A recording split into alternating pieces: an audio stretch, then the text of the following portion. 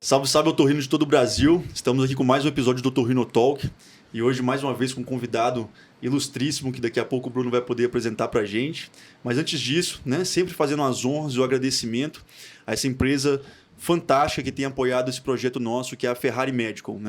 A Ferrari Medical é uma empresa de materiais cirúrgicos aí, com quase 50 anos de história, vanguardista em diversos materiais.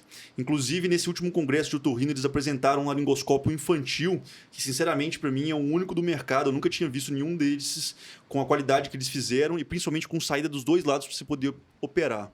A gente tem contato com o Lucas, com o Ronaldo, com todos os representantes e os donos mesmo da Ferrari. São pessoas muito idôneas, de uma família ali que trabalha com isso há muitos e muitos anos e com materiais de excelência e de qualidade. Então, no QR Code que vai estar em algum canto aqui superior da tela, vocês podem ter acesso aí aos materiais da Ferrari junto com os vendedores deles.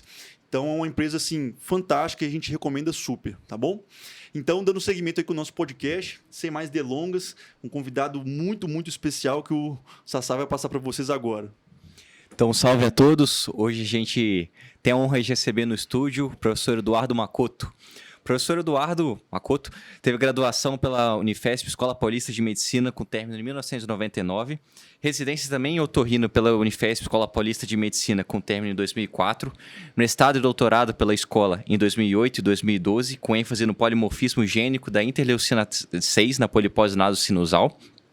Também professor adjunto do Departamento de Otorrino e Cabeça e Pescoço da escola e livre docente pelo Departamento de Otorrino desde 2022. Além disso, participou ativamente de diversos cargos na ABOL e na BR, e além de ser um palmeirense roxo, uma das pessoas que mais contribuíram na nossa formação. Então, a gente está super honrado de receber aqui o professor. Obrigado por ter aceitado o nosso convite. E vamos começar, como sempre, com o nosso brinde, né? Opa! Saúde. Saúde! Eu que agradeço o convite de vocês dois, vocês são muito queridos, vocês sabem muito disso, muito bem disso.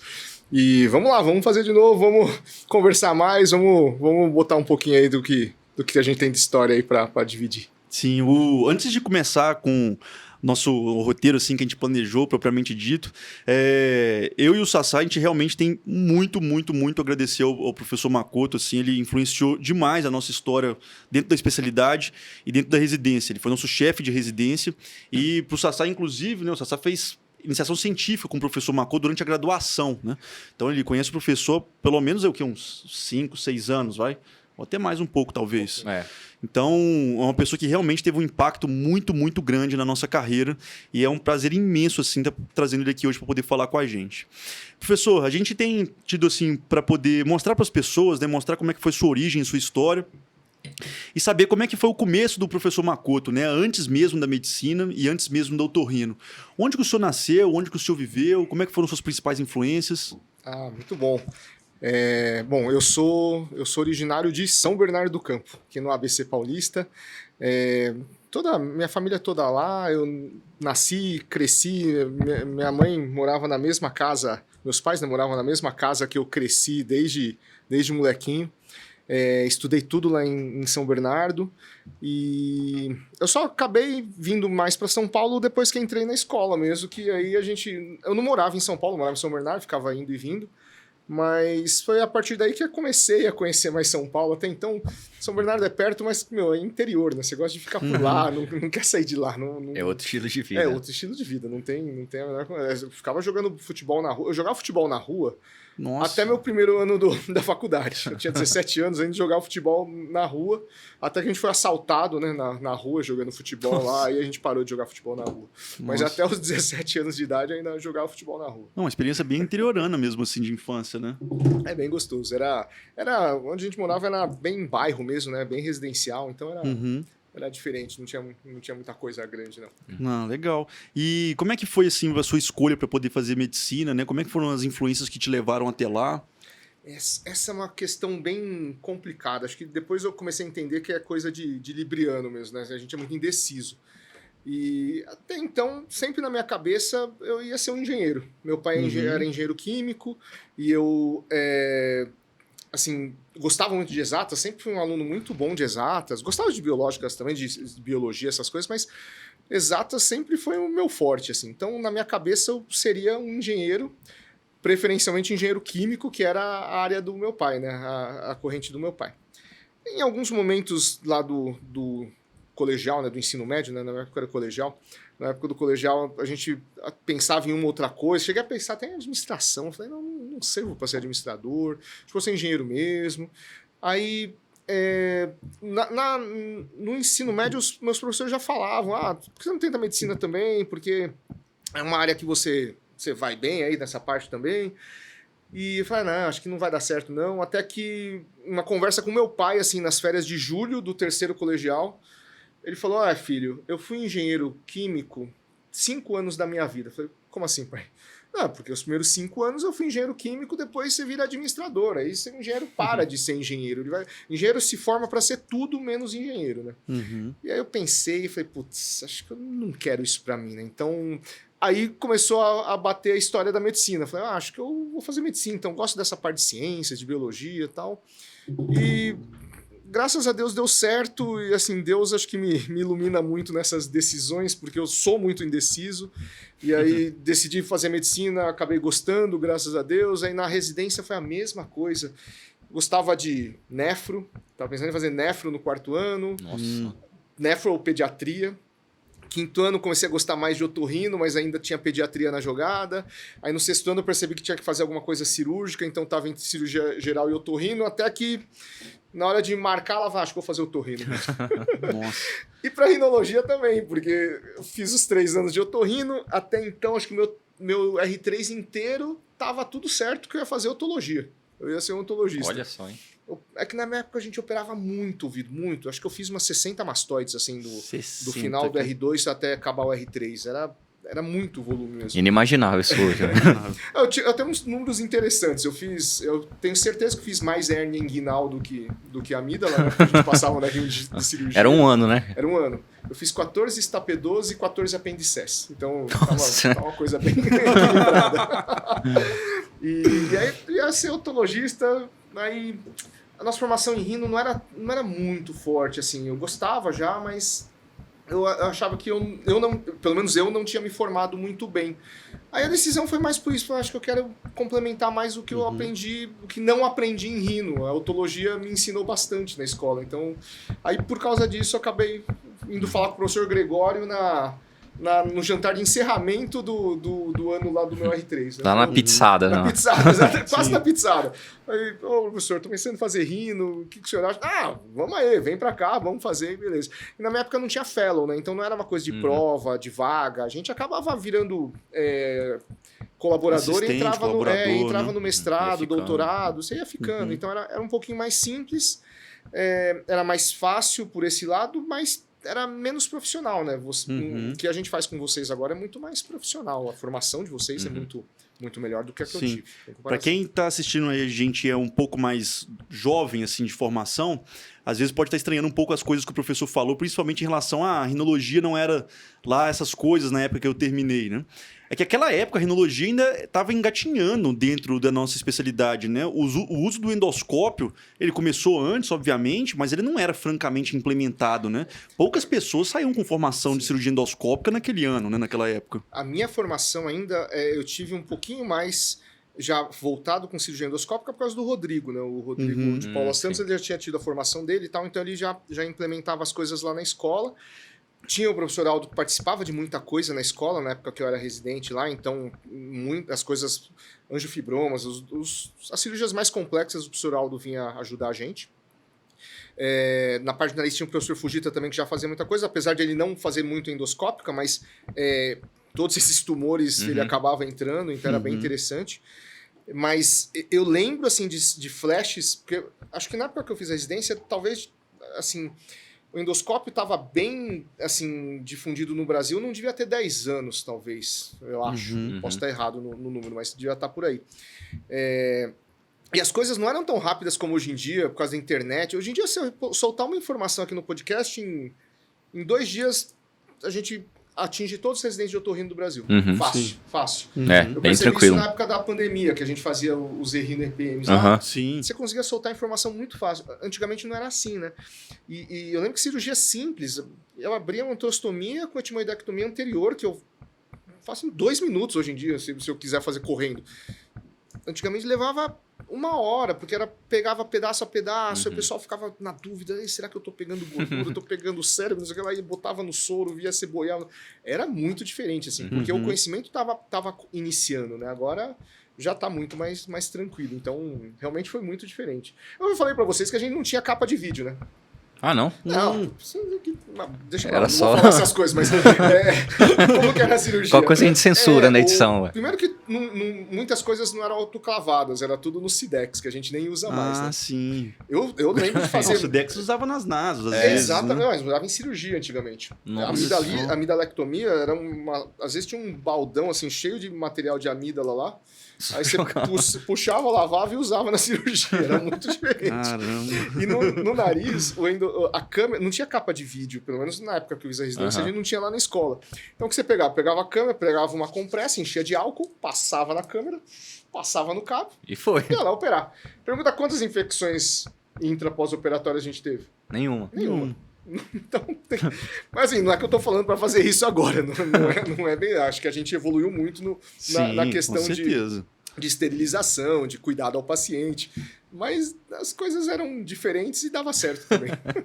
Sim. E a gente, assim, todas as pessoas que chegaram a te conhecer, tanto no nível pessoal quanto nos congressos, né?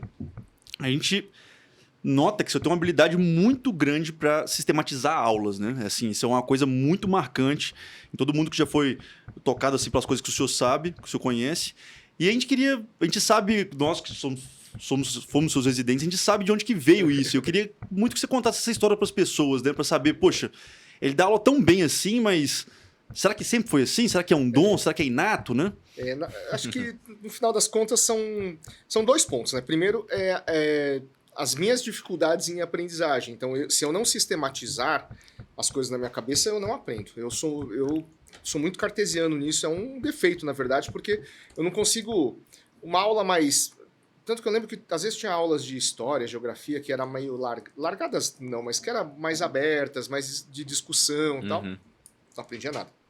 Eu preciso estar meio que... Aí acho que é a cabeça de engenheiro, né? Tem que estar tudo meio sistematizado. Então, assim, a minha maneira de aprender era desse jeito e eu acabava entendendo as minhas dúvidas até para poder passar.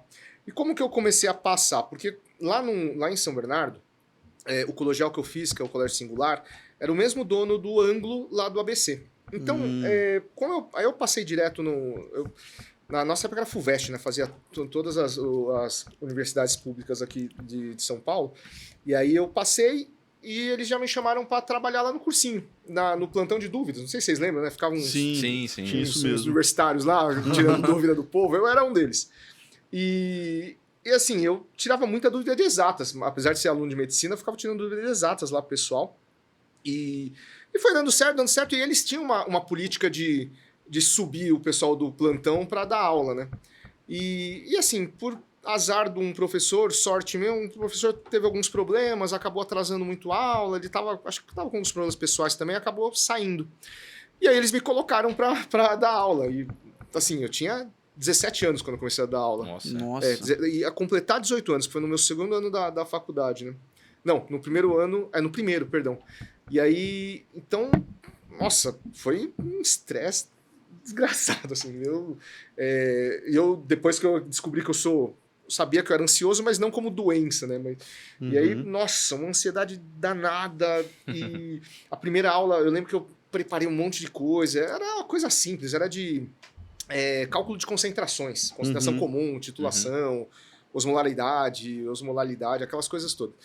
E aí eu preparei tudo. Eu tinha já na cabeça que eu ensinava isso no plantão, mas no plantão é você tirando dúvida e ensinando no papel, né? E aí eu subi para dar aula, eu lembro que o pessoal gostava muito do professor, né? Eu comecei a ensinar, falei, vamos botar essa fórmula aqui, não sei o que lá, tal.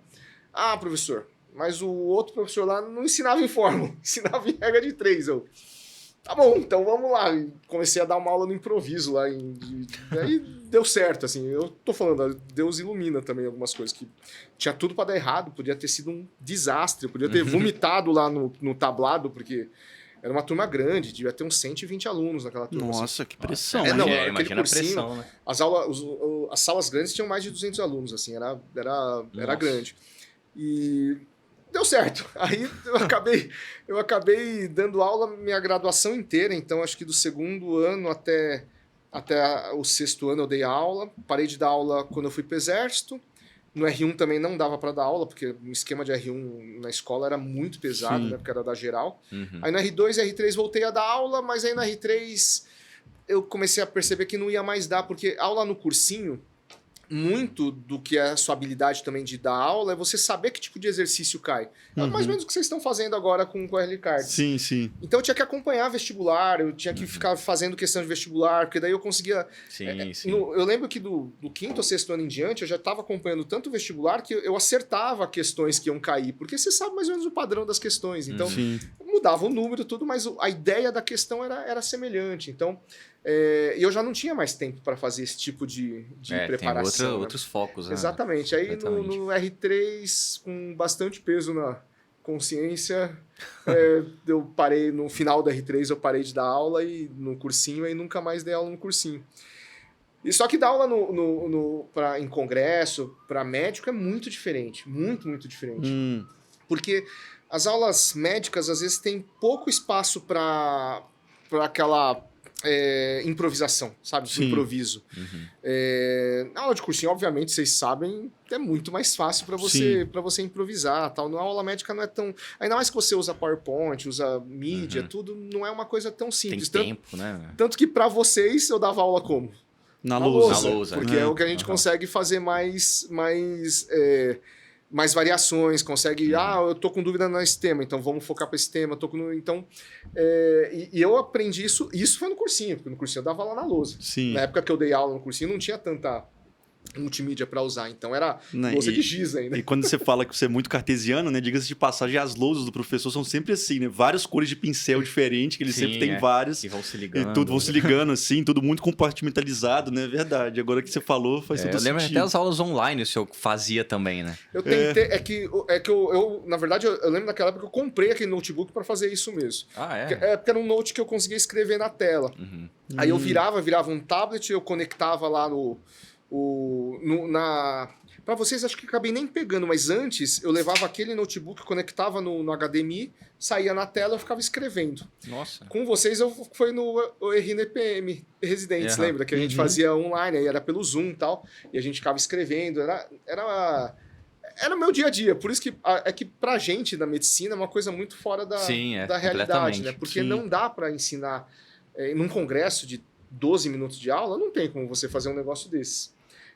Mas com um residente, tudo, com fellow, que você tem. A gente fica lá depois dos ambulatórios, fica 1, 2 horas lá falando, conversando, aí é mais fácil, aí dá pra fazer desse jeito. E Mas fica mais no cursinho, interativo também, né? não, é muito gostoso. O cursinho deu muito desse jogo de cintura, assim, mas eu tive que mudar muito a técnica para dar aula para médico, né? Para medicina, congresso.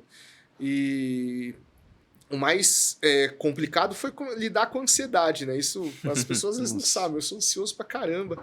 E para dar, nossa, às vezes quando é aula muito grande, eu não como antes, que senão eu vou vomitar antes de entrar na sala. E aí eu fico passando mal, fico tossindo, fico com náusea. E na hora que eu subo lá e começo a falar, tá tudo normal, mas parece que muda alguma chave Aquele lá. momento pré-ação, assim, né? Pré-ação Nossa, o primeiro congresso que eu fui dar aula foi numa imersão de otorrino, que a gente fazia com a Santa Casa. E era a sala única, então era uma sala de 300 pessoas, assim, porque todos os participantes do congresso estavam na mesma sala. E, nossa, eu lembro de eu estar sentadinho assim, antes de subir no palco, eu falei, eu vou desmaiar aqui, eu vou vomitar, eu vou fazer, não é possível, eu não vou conseguir. Aí eu subi, deu tudo certo, ainda falei de super antígeno, um tema super difícil para a maioria das pessoas. É que eu gosto dessa parte de imunologia, né? Mas no final deu certo. Como eu falei, tem que ter um pouquinho de sorte na vida também. Né? Pra vocês verem, né? Assim, uma pessoa que tem toda uma desenvoltura para poder dar aula, E até hoje, né, professor? Você ainda sente esse frio na barriga, né? Esse nervosismo.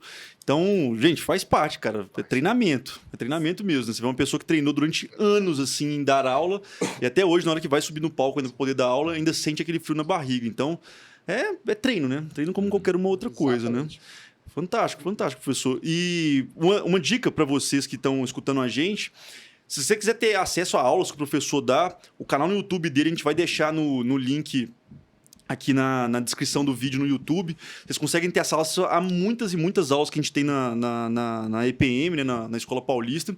Aulas de muita qualidade. E também podem mandar mensagem pra gente que a gente ajuda vocês a, se eventualmente quiserem fazer estágio com a gente lá, né, rodar com a gente. A escola é absolutamente aberta a qualquer pessoa que quiser fazer estágio lá, tá? Então, a gente tem essa capacidade de poder aproximar um pouco mais vocês no ambiente acadêmico que a gente se formou também, tá? Eu acho que vale muito, muito, muito a pena, tá certo? E, professor, pegando um pouquinho mais nesse gancho, assim, que o senhor falou sobre a questão das aulas, também teve uma questão muito forte, assim, do seu treinamento com os próprios residentes, né? Assim, afinal de contas, para quem não sabe, o professor tem o quê? Quase 20 anos que é professor nosso ali dentro da Escola Paulista, né? Está liderando com a prática diária de ensino cirúrgico com o residente, né? Sim. E como é que foi essa experiência sua ao longo desses anos, professor? Isso foi bastante difícil mesmo. Eu tenho 20 anos extraoficiais, né? De professor, oficiais... Desde 2008?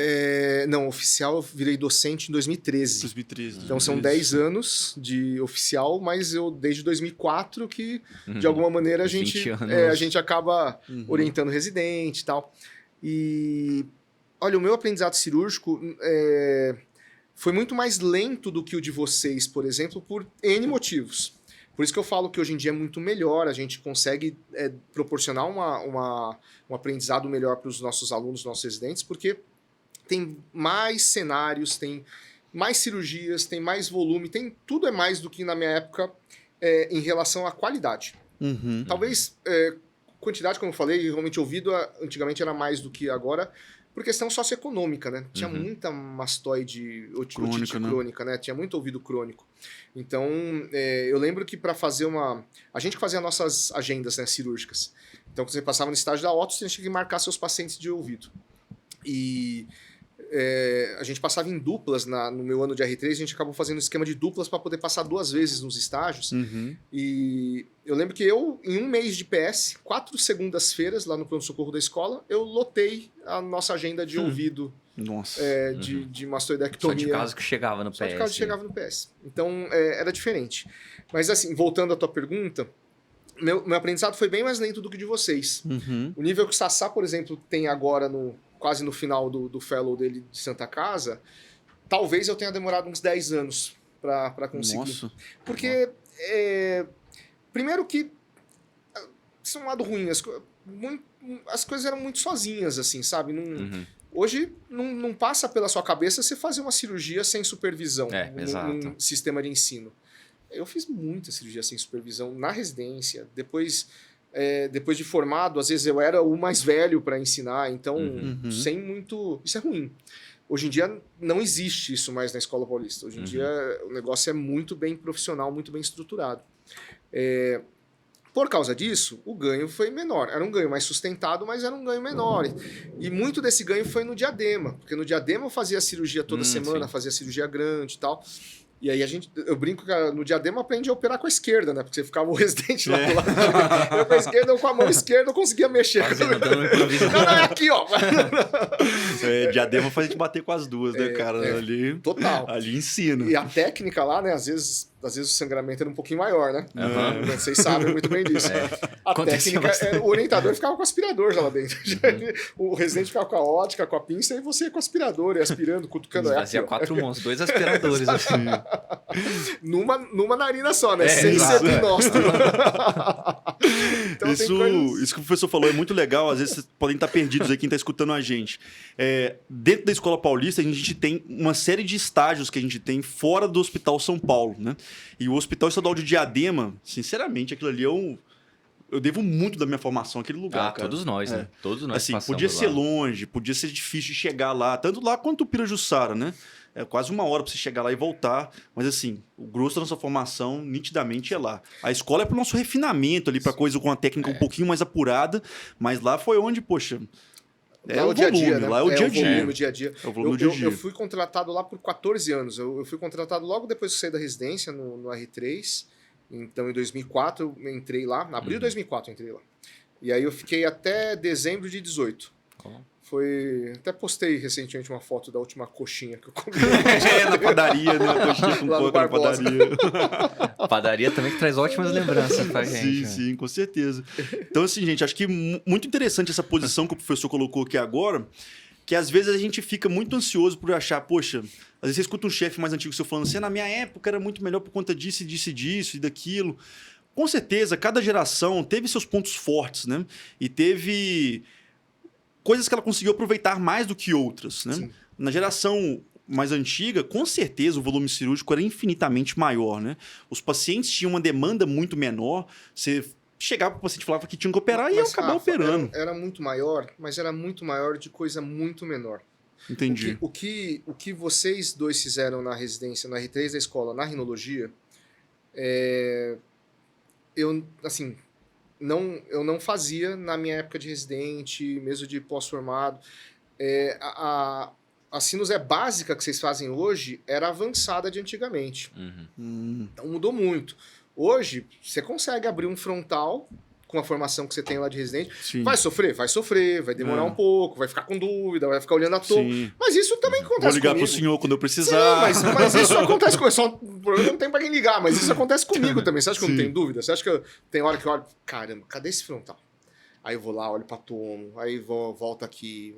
É assim mesmo. Então, aí tem hora que a Gabi que fala, não, tá lá, daí eu vou lá, é verdade. Porque isso é uma coisa que vocês também têm que ter na cabeça. Eu sei que é difícil economicamente falando, mas é ruim operar sozinho. É bom você ter alguém, nem que você, por exemplo, vocês dois vão operar juntos. Marca os dois no mesmo horário do centro cirúrgico, cada um numa sala, porque aconteceu alguma coisa, você bate na sala do vizinho, ô, tô com dúvida aqui, dá uma olhada. É muito ruim você estar sozinho no centro cirúrgico sem outro médico e sem outro médico que possa assumir a sua cirurgia. De novo, economicamente eu sei que às vezes não é viável, porque o que o convênio paga para auxílio não compensa, o cara prefere ficar no consultório do que ir fazer um auxílio de uma cirurgia nossa.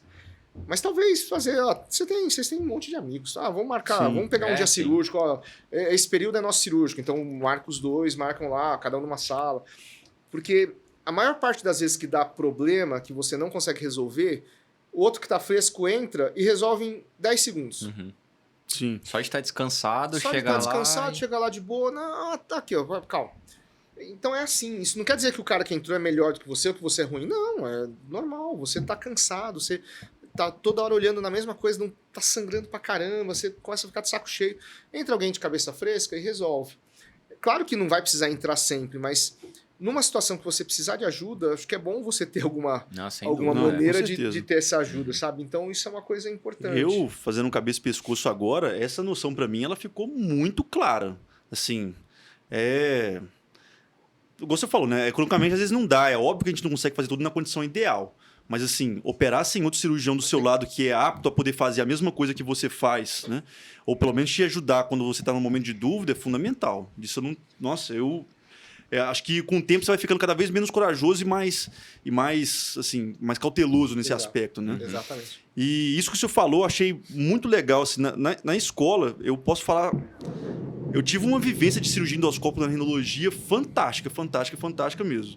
Porque eu fiz atresia de Coana, fístula, deglove médio facial para papiloma invertido, descompressão de órbita para doença de Graves, polipose gigantescas, assim, e cirurgias que você estava muito, muito, muito bem assessorado. Diga-se de passagem, eu não sei se já teve esse tipo de experiência até em outros lugares, Sassá, mas eu nunca vi um lugar onde a gente tem 2 docentes, todas as quintas-feiras, dentro da sala de centro cirúrgico, te ensinando. Né? A nossa rinologia tem isso. Sim, a gente sai muito bem preparado, realmente. Né? Todas as quintas-feiras está o professor Eduardo Macoto, o professor Luciano Gregório, os 2 docentes, mais uma renca de assistente, pelo menos 2 fellows, enquanto um outro fellow está no SVO ensinando outro residente. Sim. O R3 que está operando, o R2 que está lá orquestrando para tudo poder acontecer, e o R1 que está instrumentando. Então, assim, é uma cultura de disciplina, né? Uma cultura muito, muito, muito forte, né? Eu já cheguei imerso nela, mas eu imagino que muito dessa cultura acabou sendo importada do professor Luiz Carlos Gregório, né? Que foi um dos grandes chefes nós durante muitos anos, e depois isso continuou, né? Sim, então, assim, sim. acho que é uma cultura departamental muito legal. Sim, eu lembro até que a gente tirava umas fotos assim, sala Uma lotada, galera. 20 pessoas assim. É, parecia uma arquibancada de futebol, assim, Exato. de tanta gente que tinha, né, cara? E era muito rico, né? Todo mundo aprendia, né?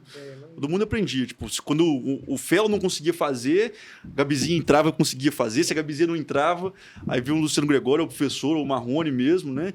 Tudo dava jeito. Então, acho que eu não tenho absolutamente nada a me queixar assim, da nossa formação, né, cara? Acho que foi, Não, sem dúvida, né? Mas foi isso ferrado.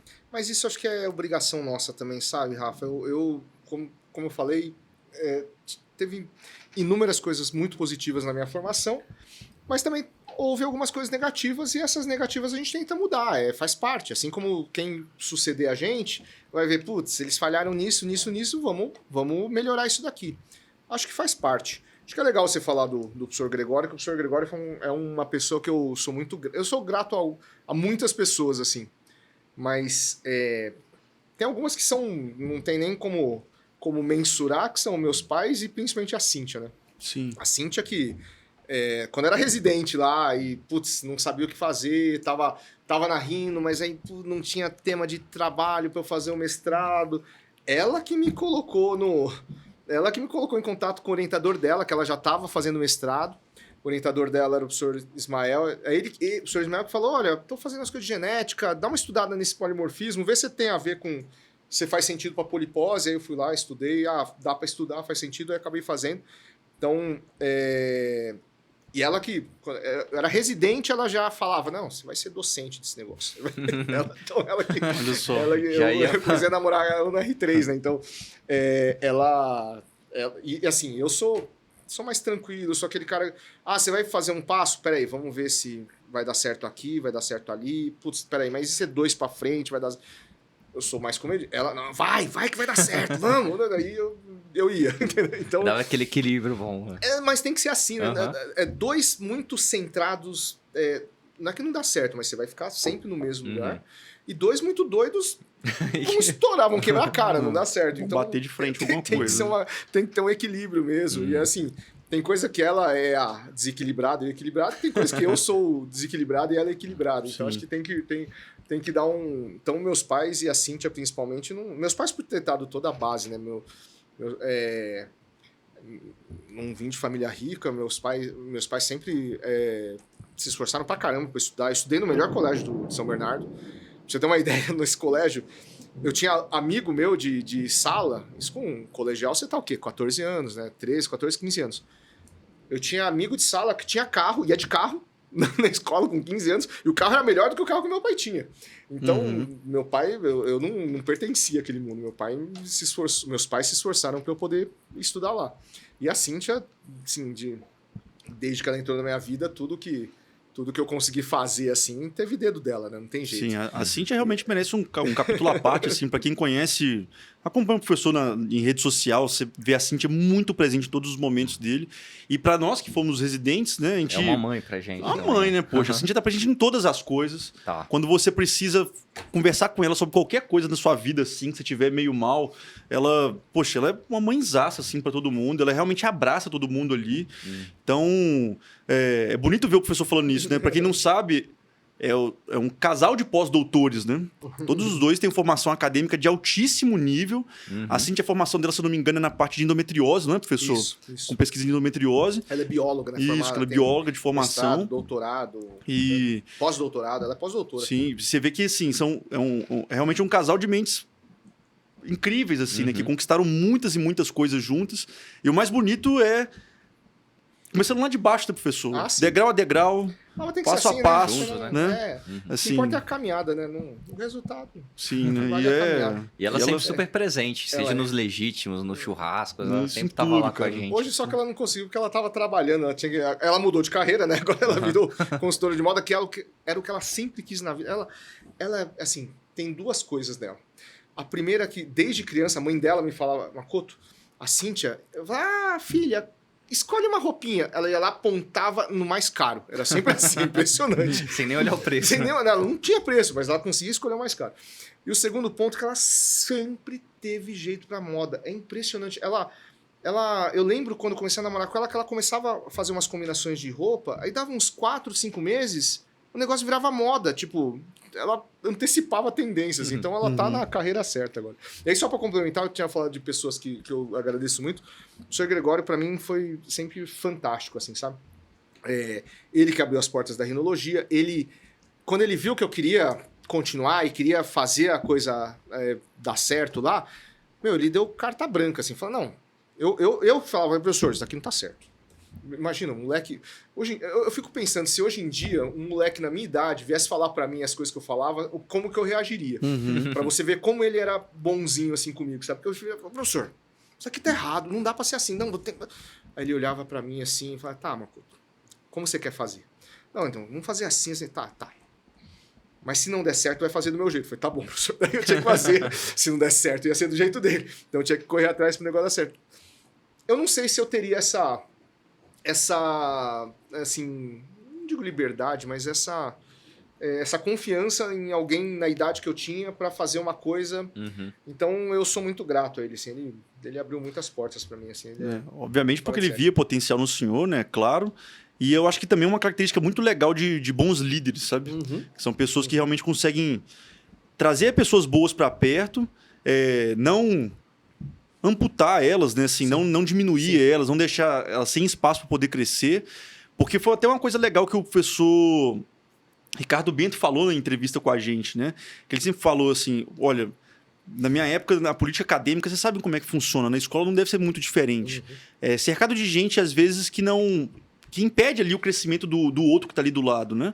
E, na verdade, não deveria ser assim, né? Deveria ser um local de total fomento, né? Para todo mundo poder crescer junto. Exatamente. E ele falou isso, assim, você vê que tanto que a USP cresceu, assim, né? Sobre os braços dele, um grande líder que teve lá.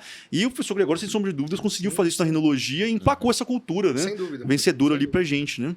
A livre docência mesmo, né? Foi o professor Nivaldo e o professor Márcio que começaram a colocar na cabeça de todo mundo, vocês têm que fazer a livre docência, porque não era uma coisa também tão simples, sabe? Às vezes era... Às vezes é isso mesmo, política acadêmica é complicado. Tinha um amigo que falava que na política normal você ainda encontra algum bonzinho, assim, algum inocente na política acadêmica. Porque não tem nenhum, né? Tem isso mesmo. Como a gente falou com o professor Paulo Pontes, foi o primeiro entrevistado nosso, né? Ele falou, vocês conhecem a política acadêmica da escola? Você ia conhecer, professor? Tem que mostrar os dentes, senão você não vai conseguir o que você precisa, né? Pior que assim mesmo. Assim ele mesmo. não é o único que falou isso. O professor Paulo é um que me ajudou bastante também, porque ele era titular na época que eu tava trilhando a carreira lá, ele também me ajudou demais. O professor Luke foi meu orientador, né? Sim. O professor Luke foi fora de série também. Então eu sou muito grato a eles. A gente não consegue nada sozinho, Rafa, Sassá, não tem jeito. O dia que você achar que você vai conseguir as coisas sozinho, ou você tá errado, ou você vai cair do cavalo. Alguma coisa vai acontecer. Então, não tem como. Tem que ter isso na cabeça. Isso que você falou, eu acho muito, muito legal. Não sei se vocês já viram quando o Einstein ganhou o prêmio Nobel de Física. Tem uma frase dele que é muito emblemática, cara, que ele fala que o pessoal fala assim, nossa, mas como você conseguiu chegar em tais achados, né, na hora que ele fez a teoria da relatividade, que ele fala, eu estava sobre o ombro de gigantes, né, ele tentando mostrar que, tipo, muito antes dele, né, tiveram pessoas que criaram todo um substrato de conhecimento para ele poder chegar até onde ele chegou. Né? E você vê um cara que criou um negócio fantástico falando uma frase como essa, né? E eu acho que esse é um lema que você tem que levar para a vida toda mesmo, né? Eu tenho um amigo muito querido que citou essa frase no doutorado dele. Sério? Na defesa de doutorado eu achei essa frase fantástica. Assim, é fantástico. E legal você ter comentado ali também sobre o professor Luke. Quando a gente estava no congresso agora, na BOL, né, que a gente ficou junto com o stand da Ferrari, que eles deram esse espaço para a gente, o professor Agrício deu uma ideia fantástica, que depois a gente queria realmente poder fomentar isso, poder fazer. De pegar pessoas como o professor Luke, por exemplo, né, que, para quem não sabe, o professor Luke foi um docente muito importante dentro da Escola Paulista de Medicina, que já faleceu, né, o professor Luke já estava bem mais avançado de idade. Mas de fazer um episódio com a pessoa, um episódio póstumo, sabe? Pegar pessoas como o senhor que tiver muito contato com ele, isso é o legal. próprio professor Paulo Pontes, Isso é legal. trazer as pessoas, fazerem comentários assim sobre ele, sobre a carreira dele. Relativamente novo, né? Ele morreu por câncer, né? Ele morreu um mês depois. acho que um mês depois da minha defesa, acho que, se eu não me engano, de doutorado. Eu sou muito grato a ele porque ele era um docente, cara, que ele era crica.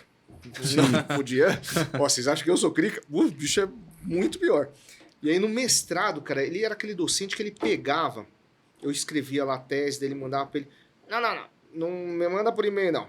Pode imprimir 2 cópias e vem aqui dia tal. Aí ia lá, pegava uma cópia, começava a ler. Por que você escreveu isso aqui? Eu tinha que ler. Tal coisa, professor. Ah, tá bom. Entendeu? Ele fazia isso na tese inteira. E aí, então, eu acabei aprendendo muito de método, de metodologia, de como escrever artigo com ele. E eu gosto de citar esse exemplo porque o meu mestrado, nossa, foi meio que... Foi bem trabalhoso porque ele ficava em cima. E foi bom, porque no doutorado ele já começou a ficar doente, aí ele descobriu câncer e tal, e não tinha mais como me ajudar tanto. Então o doutorado eu acabei fazendo meio que sozinho. Óbvio que tudo com a anuência dele, eu falava, professor, tô fazendo tal coisa. Ah, tudo bem, tô fazendo tal coisa. E aí ele conseguiu defender, né? Eu consegui defender com ele ainda em vida, e acho que logo depois ele internou, um mês depois ele faleceu. Então, seria muito legal se fazer um negócio. Uma ideia. E todos assim. que passam aqui falam muito bem dele, ó, né? O Dr. Dolce era amigaço dele também, que ele sempre falou. O Paulo Pontes também, o braço direito do Paulo Pontes durante anos. O senhor comentando sobre ele, né? Então acho que foi uma pessoa que deixou um legado muito legal e já foi presidente da ABOL também, né? Sim. Ele foi presidente da sociedade. Também, quando defendeu a tese, ele também citou. Ah, não, o professor Fujita era amigo. O professor Dolce e Fujita eram amigões, assim, do professor Luke, né? O professor Dolce ia pro jogo do Palmeiras com...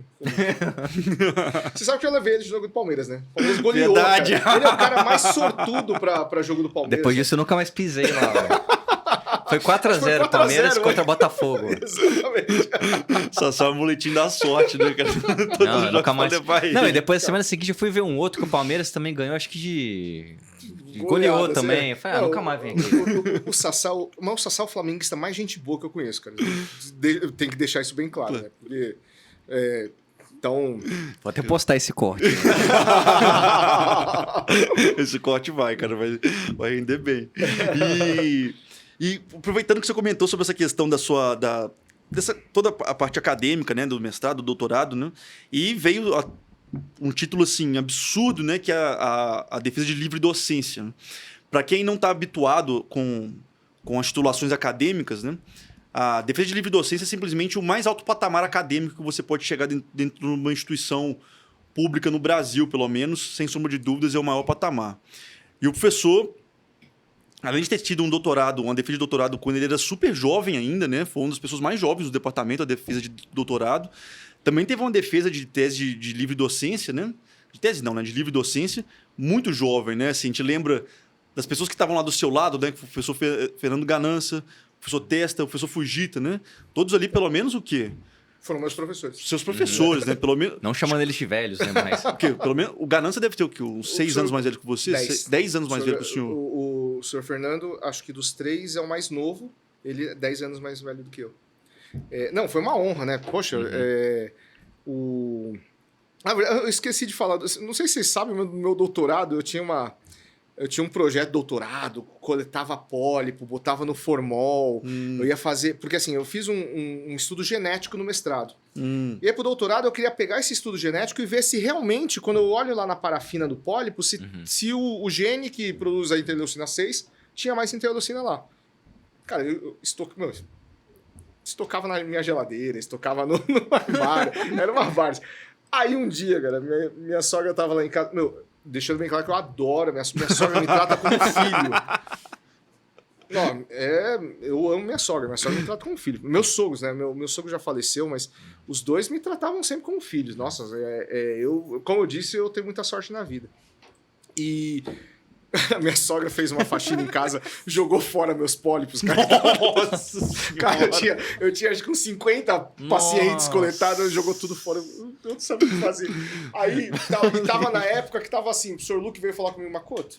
Ele falou, Makotinho, ele me chama de Makotinho. Makotinho, você sabe que vai surgir uma vaga na Rino, né? Eu falei, professor, eu sei. Então, precisa ter doutorado pra prestar. Professor, eu sei. Aí eu tive que correr, fiz uma outra tese e tal, e deu tudo certo. Caramba! Procurar o pólipo no lixo. Não, já era. Tadinha, minha sogra ficou super chateada. Eu falei, não, relaxa. Imagina essa cena do professor procurando os pólipos do lixo, né, cara?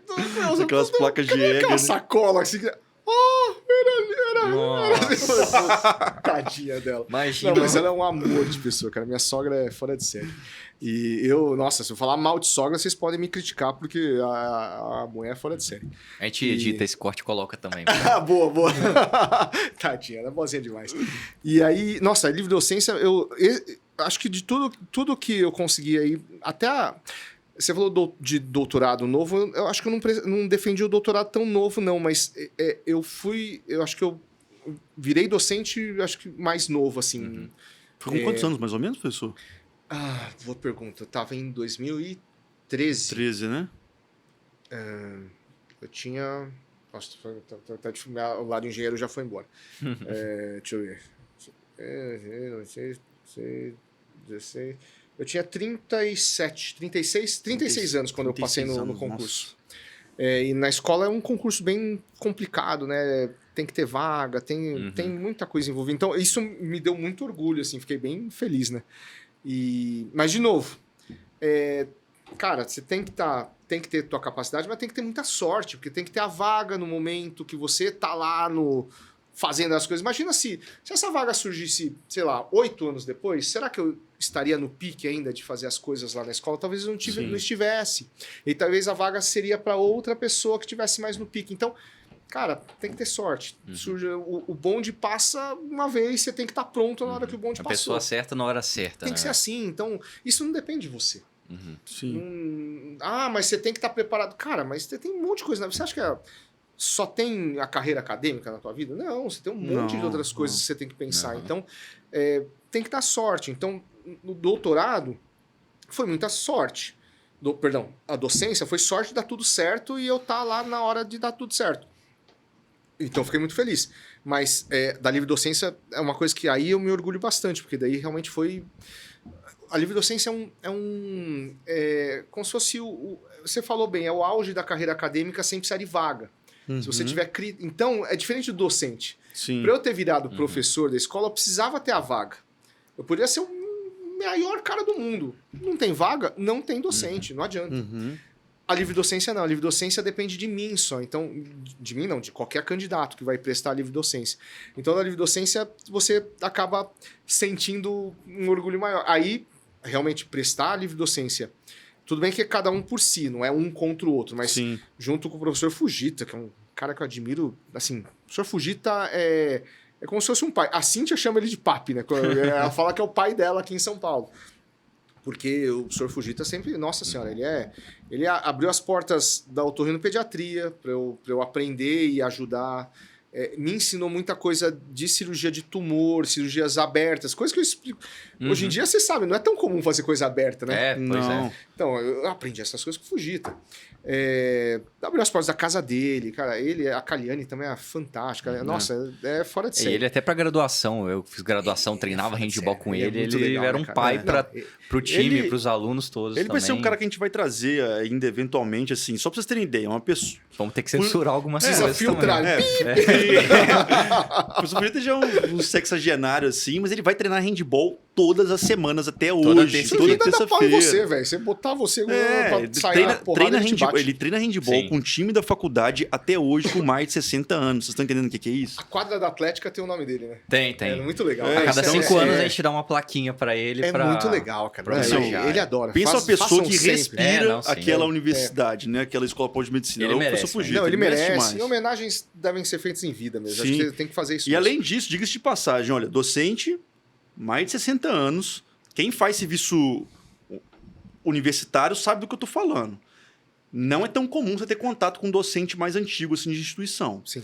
Eu estava de chefe do PS do Otorrino sexta-feira agora substituindo o Danelon. Eu tava quarta também. Fujita tava lá. Exato, ele também vendo apareceu um caso lá. Com a gente da Otorrinopediatria, bicho. Assim, logo é depois do ano novo, ele cara. É fora de série. Assim, ele é um cara muito presente. Ele é absurdo, assim, absurdo. O quarto também tava, ele apareceu e falou, tem algum caso, sei o que, vão lá subir para ver junto? Então, Foi? essa admiração que vocês têm, eu tenho talvez mais, porque eu vejo muito mais, eu vi muito mais coisa dele. Então você imagina o orgulho que foi para mim poder prestar no mesmo concurso, né, no mesmo período que ele. E com o Fernando é um amigão também. O Fernando, eu trabalhei no consultório, eu alugava o consultório Fernando, 12 anos da minha carreira, eu fiquei lá junto com o Fernando. E o Testa também, que é fora de série, né? O Testa é o que eu lembro desde também da graduação até residência, tudo com as coisas de óculos lá do facial com Testa, né? Então, eu falei, o mais novo deles é o Fernando, que é 10 anos mais velho do que eu. Então, poxa, eu era um estranho no ninho. Eu tava até um pouquinho preocupado em relação a isso, porque a livre docência é um conjunto de coisas, né? Não é só capacidade, mas é também tudo que você consegue produzir, assim, em prol da especialidade e tal. Então, foi uma coisa bem legal. Eu fiquei muito orgulhoso, eu passei com nota 9,90. Então, o Fernando só tirou nota maior que eu. O Fernando tirou 9,99. Ah, é? Eu achei uma sacanagem, era pra dar 10 pro cara. 9,99. É só pra falar que não deu 10. Exatamente, eu passei com 9,90. Ele 9,99 e falei, não é possível. Mas enfim, foi muito legal. Foi muito complicado também, porque foi esse ano que eu prestei a livre docência, tadinha, em casa mesmo assim, eu quase não via, porque eu tinha que ficar... São 5 provas, né? Então, você tem que preparar um monte de coisas para essas provas, tem que estudar, porque uma das provas é teórica. Eles sorteiam um tema e você tem... Disserte sobre... Né? Para mim, caiu disserte sobre cirurgia endoscópica na sinusal. Então, Nossa. Então foi legal, porque daí eu usei... Acho que não lembro se são 3 ou 4 horas de prova. Eu usei o tempo todo e, assim, quase não deu tempo. Dei sorte, poderia ter caído um tema mais complexo. Mas aí tem uma parte que dá muito trabalho, é o memorial. É gostoso porque você puxa toda a sua vida, toda a sua trajetória. Sintetiza toda a sua carreira. É muito legal, mas, cara, dá um trabalho. E, assim, dá trabalho porque eu também fui cabeça dura, falando, não, eu vou fazer, eu quero fazer minhas coisas, eu fiz tudo. Eu não terceirizei nada. Não deleguei pra ninguém, né? Mas você... Tipo, é braçal. Você pode terceirizar, você pode pegar todos os seus diplomas e certificados, dar para uma pessoa, a pessoa digitalizar tudo.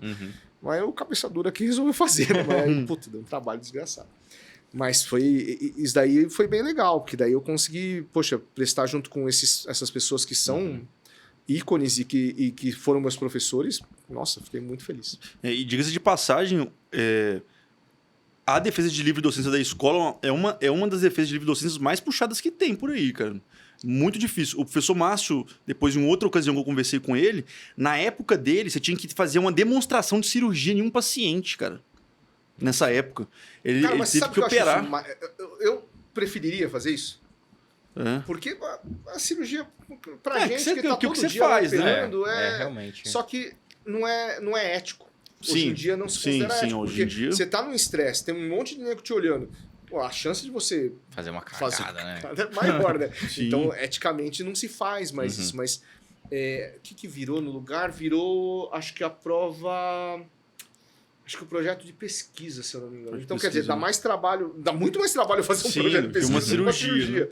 Né? Então, e fora o tanto de orientações de doutorado, de tese que você tem que ter, né? Então, assim, uma série de pré-requisitos. Todo o estresse que tem. Né? Eu só fui ter pré-requisito, Rafa, que primeiro que para você pleitear livre docência tem que ter 5 anos de doutorado. Então, fiz doutorado em 2012, então a partir de 17 eu poderia começar a pleitear. Só que aí você tem que ter doutor defendido, além de um monte de questão de publicação, tudo isso eu já tinha. Mas eu tinha que ter doutor defendido, que eu fui ter acho que só em 18, que foi o Luciano Gregório. E você tem que ter fomento de pesquisa, que acho que eu só fui ter em 21, talvez. Então, são muitos... E tem mais outros pré-requisitos lá que são meio chatinhos, mas acho que precisa, né? Você sabe que nas federais, teoricamente, não faz diferença, né? Porque... você não muda de status. Nas estaduais, quando você vira livre docente, você já automaticamente passa de professor doutor, que é a primeira categoria, para professor associado. Nas federais, é professor adjunto, né, que é o doutor. E aí, o próximo é associado também, só que a minha livre docência não faz eu virar professor associado. Porque, numa época, aí, o governo federal tirou a meritocracia disso daí e colocou só por tempo. Então, enquanto eu não tiver os 8 anos de... 3 anos de probatório, mais 8 anos de adjunto, eu não posso virar associado. Entendi. Que vai acontecer Nossa. relativamente em breve, né? Acho que ano que vem eu posso pleitear já associado, aí eu mudo pra De associado. associado, né? Nossa, interessante, cara. Eu e o... Acho que você também tava no dia, né? Tava sim. Eu e o Sassá, a gente teve a oportunidade de ir lá ver, né, os nossos professores defendendo as teses, né? Legal. Consegui ver a do Testa, a do Fernando e a do professor, que, diga-se de passagem, foi muito, muito, muito, muito emocionante. Sim, Né? Assim, foi mesmo. quem teve a oportunidade de estar lá sabe do tão emocionante que foi, né? Acho que poucas pessoas não derrubaram algum tipo de lágrima naquele dia, né, cara? Que foi um dia lindo, lindo, lindo, lindo, cara. Acho que foi um dia de muita superação, assim, da sua parte. Foi difícil. Foi incrível, assim, incrível. E dava pra ver o alívio. O alívio que o senhor teve logo depois da... Porque da assim, defesa. a dificuldade da própria lividocência, e meu pai tinha falecido no dia 3 de dezembro, as provas foram dia 11 e dia 12, né? Então foi o quê? 9 dias depois, então foi bem difícil. A carga emocional que tinha, né? Mas Sim, deu cara. certo, graças a Deus deu certo. Mas Deu certo e, poxa, é uma lembrança que eu acho que eu nunca vou esquecer, cara, assim. Sim. eu pensei algumas vezes em desistir, a Cíntia pressionou, alguns amigos meus também falaram, não, vamos lá, tal, mas foi difícil. Não foi uma coisa muito Santa fácil, Cíntia não. tem mão em Mais todas uma as vez o coisas, papel né? da Cintia aí. O papel da Cíntia inequívoco, assim, né? Era uma... Porque não ia mudar nada, né? Você vai desistir. Tipo, não é uma coisa boba, teu pai faleceu, mas Sim. tem que seguir a vida. Será que meu pai ia ficar feliz de eu desistir? Provavelmente não, porque meu pai me cobrava, meu pai queria que eu fizesse sempre o melhor. Né? Seguisse, né? E continuasse fazendo tudo que isso tem plenas capacidades de poder fazer. Ressuscitar pra me xingar e depois voltar a morrer. Não dá, não. Tem... Realmente. Mas é difícil, né? Agora é fácil fazer piada, né? Na hora Na hora a gente imagina, complicado. cara, o tanto que foi... Deve ter sido, assim... Mas eu imagino que o gosto de uma conquista como essa, numa situação como essa, é onde que se forja aquela sensação, assim, poxa, eu vim de venci, né? Assim, É aquela sensação que ninguém te tira, né? É gostoso. Ninguém tira isso da gente, né, cara? Você Mas isso acho que conseguir- é uma lição também, Rafa. Lição não, mas acho que a Cíntia fala muito nisso, que como ela lida com moda, ela trabalha muito com Instagram e tal, e ela fala, não, eu posto essas coisas porque as pessoas olham e se estimulam. Então acho que isso tudo tem que ser óbvio que pra mim é muito legal, mas acaba servindo pros outros também para falar, não, olha lá, ele conseguiu, acho que eu também vou conseguir. E tem que ser um estímulo. No final das contas, coisa material vai embora. Você pensar, daqui 2 gerações, ninguém vai lembrar de nós. Com certeza. Você lembra Você sabe quem é seu tataravô? Não sabe. Não. Entendeu? Então, o que fica é o que você transmite para as pessoas, é o que você consegue influenciar, essas coisas que são legais. E isso é muito para mim o que me ajuda lá na escola. Porque se você for pensar, você tá lá na escola, não te traz retorno financeiro, pelo contrário, o tempo que eu fico lá eu perco dinheiro. Perco entre aspas, né? Porque eu gosto de estar lá, é o que eu falei, eu prefiro estar ensinando lá, para mim é uma coisa muito gratificante. Mas se você pensar, assim, você tem que gostar do negócio. Se você não gostar, é o caminho, é o que eu falei, não é o objetivo final, é o caminho que importa. E o caminho é o que você vai agregando junto com você também e vai levando, vai colocando para cima. Não adianta só você crescer. Se você não consegue fazer as pessoas ao seu redor crescer junto. Seu amigo, vai ser legal se você se dá super bem na vida e seu amigo de infância tá na... Não faz sentido nenhum. Não faz sentido, não faz adianta. sentido nenhum. Então, essas coisas têm que ser... Então é legal, isso é uma coisa que tem que servir de exemplo para você também consegue. Não é que assim, eu consegui. Não é isso. Vocês também Puxar as conseguem. pessoas em Se volta, vocês se dedicarem, vocês vão conseguir. É que dá trabalho, não Sim. não cai do Acho céu. que quando você falou isso para mim foi muito legal, que quando eu comecei lá atrás com o início desse projeto que a gente tem aqui agora, né? Eu nunca quis que isso fosse um negócio que eu falava assim, é meu, pronto e acabou, né? Eu que fiz tudo aqui dentro e etc.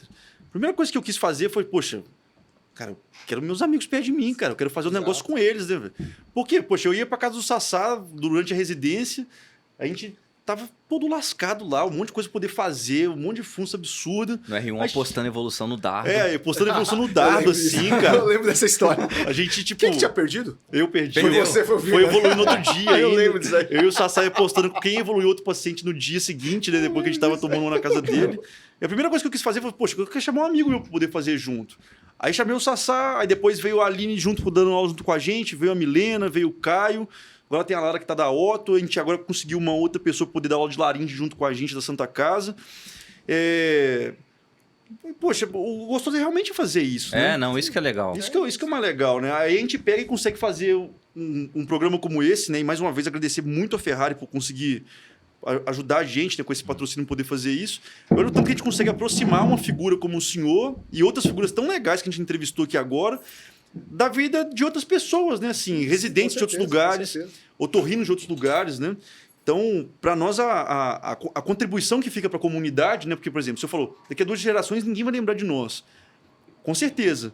Mas hoje em dia a gente tem locais para poder ancorar conteúdos como esse, né? Então, mas que permite que isso perpetue, É isso né? que eu tô falando. Isso se perpetua, o conhecimento se perpetua. O ensinamento se perpetua. A matéria não. Então, você vive enquanto as pessoas lembram de você, enquanto as pessoas lembram do que você ensinou. Isso é legal. O que vocês estão fazendo é fantástico. Muito bom. Que é a capacidade de contar histórias mesmo, né, cara? Sim. Que acho que foi o que uniu todos os povos, assim, os seres humanos ao longo dos anos, né? Isso que é legal, que a gente sempre foi uma turma de residente, nós 8 eram muito unidos, né? Pra tudo. Acho que até hoje a gente se ajuda em tudo, assim, né? E foi legal ter isso mesmo pra gente poder crescendo junto, tudo, e ter esse exemplo do professor também falando disso dá mais motivação pra gente ainda, né? Que legal, cara, isso é bom. E, poxa, professor, eu acho... Não ter chamado ele em nenhum momento seria muito estranho pra gente, né, cara? Porque o professor, eu lembro de vários momentos muito legais, cara, mas pra mim, um dos mais interessantes pra mim da residência como um todo foi num sábado, que a gente foi fazer uma descompressão de órbita, né, do Cid Graves, que eu tava lá, eu e o Paulo, né? O Paulo tá em Recife agora, grande Paulão. Abraço pro Paulão aí. Abraço pro Paulo Mariz aí. Paulo O cara Nariz. orientou a gente, Paulo Nariz. Bravo. Orientava no SVO ferozmente lá, cara. Saí do SVO até pra acabar o último pedaço de fibra era mesmo. olfatória dos cadáveres. Ou quando a gente era expulso de lá, que Era expulso de eles lá. já estavam fazendo autópsia. Eu, ele e o Filipe sendo expulsos de lá, né? O cara que mora lá dentro. E, poxa, sábados, de manhã cedinho assim, o professor chegou lá, parou do meu lado assim, e falou assim, pode ir aqui, cara. Só não descasca a órbita agora, vamos até o final, sem entrar dentro do cone orbitário, né? Sem extruir a gordura, porque depois que extruiu a gordura virou nhaca, né? Lá do meu lado, lá assim, tipo, de manhã cedo, cara. A gente viu ele, poxa, a gente viu ele indo no ano Natal, dentro do centro cirúrgico. Uhum. Eu lembro das complicações orbitárias, É verdade, teve um ano sim. que teve Sim, umas sim, 4 teve. do Natal ao Ano Novo. Foi, assim, foi. umas Foi no 4, nosso nada a ver. R1, eu acho. Isso, nosso R1. E o professor tava lá, cara, tipo, Natal, poxa. Eu também Então- lembro, o Epistache, 4 horas da manhã, que a gente tava com o Jonatas, e o Epistache não parava de jeito nenhum. Ele falou, vou ligar pro Makoto. A gente, meu Deus, vai fazer isso? Ele, vou. E foi super tranquilo, se orientou, tudo certinho, deu super certo depois, mano. Mas essas coisas pra gente, assim, que tava vendo, assim, que tem o senhor como exemplo, fazia muita diferença Obrigado. mesmo. Não, mas é obrigação isso daí. Acho que isso é uma coisa que a gente tentou mudar mesmo, que realmente os docentes não eram muito próximos, por questões de culturais mesmo, sabe? Era diferente. As coisas eram diferentes antigamente, né? Tinha uma liturgia talvez maior, né? As coisas eram mais distantes, que era cultural, não quer dizer que é errado. Uhum. Hoje em dia não, hoje em dia a gente tá mais próximo, provavelmente futuramente vai ser mais próximo ainda do que a gente é, sabe? Então, não pense que eu também não tenho, não fique bravo, não fique puto, isso é geracional, não adianta. E quando vocês estiverem na minha posição, vocês também vão ficar putos com a geração mais, o moleque tá fazendo, não sei o que lá. É a Não, mesma a gente coisa, sabe faz parte, isso aí é normal. Apesar que eu vou ser bem sincero, pra bronca, assim, bronca de erro, de coisa de dia a dia, eu dou a bronca e entendeu, resolveu, vida que segue. Sou rancoroso para as coisas que fazem contra mim, mas assim, de coisa de dia a dia, de bobeira. Isso que o senhor falou sobre essa questão geracional, uma coisa que eu tenho observado que a gente... É meio que um certo padrão, assim, entre os entrevistados, né? Já que a gente trouxe pessoas que já estão numa fase da carreira, assim, uma fase notória da carreira, né? é que, às vezes, sente essa desconexão entre essas pessoas que foram brilhantes assim na carreira, de grandes contribuições na especialidade, com a geração mais nova. E eu sinto que a gente tem começado a conseguir trazer isso mais para perto, sabe? Mostrar assim, poxa, essas pessoas aqui, cara, fizeram coisas tão legais, tão fantásticas. Não tem por que você não ter respeito, admiração e carinho por elas, né? Sim. Igual a gente tenta cultivar o máximo possível, né? Esse tipo de contato mais próximo, acho que isso faz toda a diferença. Mas isso eu falo com o Marrone, com o Shen, com o Léo. A gente tem um grupo nosso lá de WhatsApp que a gente conversa bastante em relação a essas coisas. Eu acho que tomara que eu consiga, né? Às vezes a gente fala agora, quando você fica mais velho, não consegue fazer. Mas eu gostava muito na época, não sei, acho que você não pegou já de aluno, que você é bem mais novo, mas tinham 2 professores na obstetrícia, que era o professor Camano e o professor Rubino, que eram muito engraçados, tinham muito conhecimento. O professor Camano, por exemplo, tinha muito conhecimento. E assim, eles brigavam pra caramba, tinha os problemas, mas eles eram muito legais e ensinavam e davam opinião. Eu sei lá, eu quero quando eu tiver velho, quando eu tiver perto de aposentar, que o cara mais novo queira escutar o que eu falo, nem que seja para dar uma risada, mas queira escutar e que eu traga isso, e não que eu traga, puta, o cara vai encher o saco, não, lá, o cara vai criticar alguma coisa, e você sabe que as coisas são meio assim. Não, eu quero ser o cara que, lá, que legal, ele trouxe, nem que seja, na minha época eu fazia assim, o que vocês acham? Não dá para fazer de novo? Trazer alguma coisa positiva. De novo, não sei se eu vou conseguir fazer isso, até porque, às vezes, eu tô falando isso, eu tô sendo bem sincero, às vezes ensino é repetição, né? Você tem que repetir. Eu falo isso pro pessoal que é um pouco mais novo que eu, para ter um pouquinho de paciência, porque é impressionante. Na reunião da Rhino mesmo, a gente fala uma coisa em março, começo da residência, tudo março, mas, cara, chegou em maio, se você não cobrou direto, em maio já estão fazendo diferente. E estão fazendo diferente falando que eu que mandei fazer. O Makoto que falou para dar um ponto desse jeito, falando, eu nunca fiz o ponto desse jeito, de onde vocês tiraram esse negócio? Então, você ensina repetição, você tem que ter essa paciência, repetir. De vez em quando a gente não tem, isso é humano, né? Não tem jeito de você ficar puto, mas tem que fazer. E vocês também, é que vocês estão novos ainda, vocês ainda estão muito mais próximos dos residentes do que dos chefes, do ponto de vista etário. Daqui a um tempo vocês vão estar mais próximos de nós do que dos residas. E aí que é a dificuldade de você manter a paciência, manter... E é engraçado que a Andressa está aqui fazendo estágio e às vezes os meninos de fora olham para mim, né, por exemplo, falam, que legal, o Makoto é legal. Meu, é que vocês não sabem o pepino que eles cortam aí no dia a dia. Porque é assim que funciona. Tua avó não é legal e tua mãe não é chata? Se for o contrário, você vai ser um lixo. Sim. Quem tá perto tem que cobrar. Quem tá próximo lá tem que cobrar. Porque isso eu falo muito. O dia que eu não cobro é porque eu já desisti de vocês. Se você fez uma cagada ali, tá, beleza. É porque eu falo, não tem jeito, não adianta. Então, isso é normal. Acho que quem tá ao redor da gente vai cobrar, assim como os meus professores me cobravam. O senhor Luco cobrava pra caramba. Nossa senhora, às vezes eu tava... Eu juro, eu tinha reunião que eu tava quieto lá no fundo, escondido, aí tava uma zona, Makoto, senta aqui, ó. Aí eu falei, nossa. Aí eu lá sentava. Faz parte. Depois eu falava, tá me perseguindo? Não, é carinho, ele lembra meu nome. Até porque você sabe muito bem, né? Às vezes as pessoas nem sabem o nome do exatamente. Povo tá lá. Eu tava lembrando já meu é uma nome. demonstração de algo Exatamente. bom, né? Então a cobrança, a gente tem que entender sempre como salutar. Claro, pode ser que as pessoas cobrem de uma maneira errada, mas... Errada que eu digo, não com intuito, com objetivo correto, mas eu sempre entendo cobrança como salutar. E eu cobro das pessoas que eu gosto e que eu quero que melhorem. Já que eu não cobro é porque... Realmente acabou todo o interesse ali. Não estou muito preocupado. A gente sabe, olhando para trás, a gente vê que essa cobrança fez a gente crescer muito, né? Poxa, ajudou a gente com várias coisas, né? Você pensar... Para quem não sabe, assim, no nosso R2... A gente tem que apresentar as reuniões da disciplina, né? E cada disciplina tem, assim, seus cacuetes, né? As coisas que eles querem que a gente coloque. A gente edita os vídeos de cirurgia. Por isso, quando você vê no nosso perfil, assim, vídeos de cirurgia editados que parecem muito bons, é porque tava lá o professor falando assim, ó, não coloca isso, não coloca isso, coloca isso. Então tem esse tipo de cobrança, né? E a gente vê que, poxa, hoje para poder fazer aula boa igual a gente faz hoje em dia... Foi indispensável esse tipo de cobrança. Os vídeos que vocês editam no R2 são infinitamente melhores do que os que eu vejo no Congresso. Não tem nem comparação. Sim. É isso que a gente também tem muita cobrança editando Mas é vídeo. assim que funciona, mas a gente só aprende com cobrança. E aí fica entendeu? bom mesmo. Aí a gente aprende a editar vídeo do Curi entrando no BBB, a gente aprende outras coisas também. Cadê o Curi? Velho, cadê ele, cara? Eu tenho sorte e o prazer de ter esse cara como meu R igual pro resto da vida agora. Né? 5 anos você não é igual dele. Que figuraça.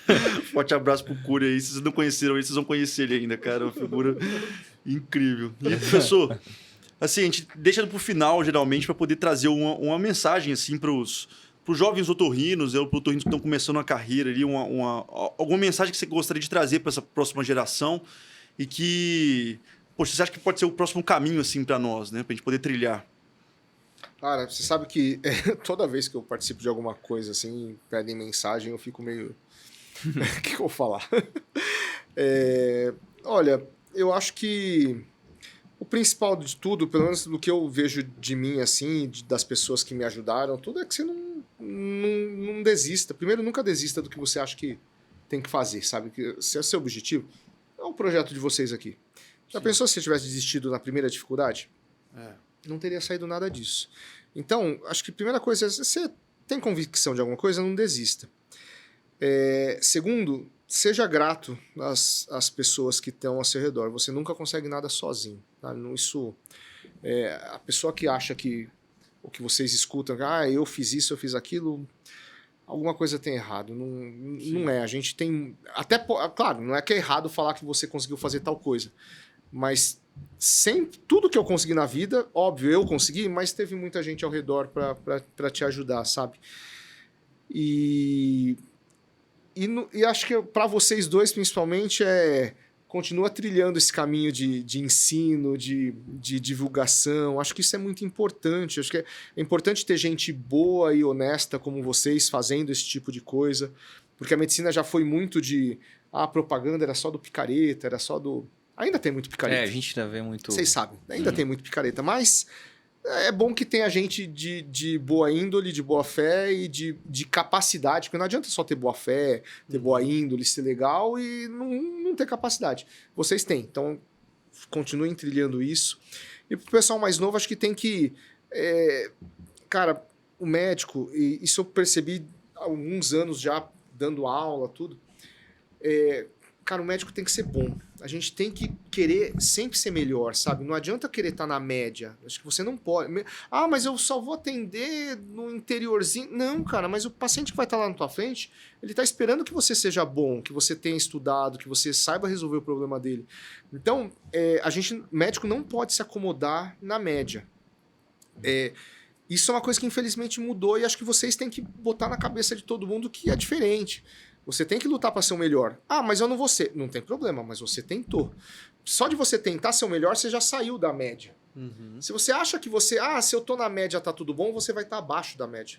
É sempre fazer a mais para conseguir um pouco menos. Isso é a vida, normal. Você tenta, mira lá em cima e consegue um pouco abaixo. Só que fazendo isso, você vai estar acima da média e médico precisa ser assim. Não adianta... Porque senão a gente vai ser substituído. Senão a inteligência artificial vai substituir tudo, senão não vai precisar de um médico bem formado para atender a saúde. Qualquer pessoa vai poder atender. Se o médico está na média para baixo, qualquer pessoa. Exatamente, não precisa do médico. Eu acho que tem muito, né? Eu acho que isso que você falou é fundamental mesmo e foi bom você ter falado essa mensagem diretamente para a gente, porque é realmente uma coisa que a gente acredita muito e é bom ter esse tipo de reforço. Né? A gente não tem a menor pretensão de ser... De dar cursos ou de proporcionar aulas só para as pessoas poderem passar numa prova de título, entendeu? Que, em tese, é só um degrau da sua carreira, do começo dela como especialista. Né? Um degrau pequeno, né? E um degrau pequeno, depois que você passa, um degrau relativamente pequeno até, né? Mas sim de contribuir com a sua carreira de forma ampla. Seja você estudando ali na época que você está na prova de título, você poder angariar o máximo de conhecimento, porque é uma época que você tem que angariar muito conhecimento de forma mais rápida, curta, né? Mas e depois também, né? Podendo pegar experiência com pessoas que tiveram uma formação exemplar, igual do professor, e tantas outras pessoas que a gente entrevistou também. Então, acho que isso é realmente muito relevante. Saibam, educação médica, quem achar que ela acaba quando acaba a residência, você está lascado, cara. Assim, as coisas mudam demais. Se você achar que você vai ser o cirurgião de septo e amígdala pro resto da vida, desculpa. Para esse cara, o tempo está contado já, né? Em alguns lugares como São Paulo já praticamente acabou, né? O cara que faz só septo e amígdala e faz uma otorrinolaringologia básica, ele passa sufoco em cidade grande. Do interior talvez ainda tenha alguma sobrevida, mas assim, queiram alçar assim, né? voos maiores, cara. Eu acho que tem que ser essa mensagem. Porque o otorrino de antigamente, acho que nossa especialidade expandiu e cresceu muito, né? Se a gente se apequenar com o otorrino que era de 30, 40 anos atrás, né, e ser só esse profissional muito limitado, acho que a tendência nossa da especialidade é atrofiar, sendo que hoje ela está em franco crescimento. Né? Então, acho que isso. E, professor, muitíssimo obrigado por ter aceitado esse convite. Acho que a gente conseguiu extrair assim, boa parte da sua carreira, assim, muitos ensinamentos muito importantes. E, mais uma vez, acho que é só agradecer nessa Só agradecer e isso aqui pra gente é algo natural, né? Que foi natural nos nossos 3 anos de residência, tomar um professor, sair do ambulatório pro legítimo, qualquer lugar que seja. Chupete, pra gente é bem natural isso, né? Então, congresso, Sassá, foi só mais um dia, assim. Né? Sorte nossa que ele não trouxe aquela garrafa de tequila que ele costuma levar pros ambientes que ele frequenta, que derruba qualquer aquele gin lá no congresso também. Senhora, mas o Palmeiras foi campeão da Libertadores, em cima do Flamengo. Esse dia eu tava bem... Tadinho. Não, mas ele tava animado. Não, você tava animado depois, você supriu toda... Não, que eu cheguei lá já na festa, já virei uns 2 uísques, falei, não, só assim mesmo. Isso que o Cury falando no meu ouvido, Nossa, cara falando no meu ouvido, eu não aguentava Sassá mais. Ele é bonzinho demais mesmo, cara. Mas foi um prazer, cara. Tratar com vocês é sempre um prazer, vocês são muito queridos, a gente teve um convívio muito legal durante a residência e não foi por acaso. Vocês sabem que eu não sou falso, né? Então, não foi por acaso o convívio bom. Sim. Então, pessoal, esse foi mais um episódio do Otorrino Talk. Espero que vocês tenham gostado. Compartilhem nas suas redes, levem para outras pessoas que queiram conhecer a história dessas pessoas brilhantes que traçaram boa parte do percurso que a gente tem para poder caminhar hoje. Forte abraço e até a próxima. Obrigado. Valeu. Até a próxima.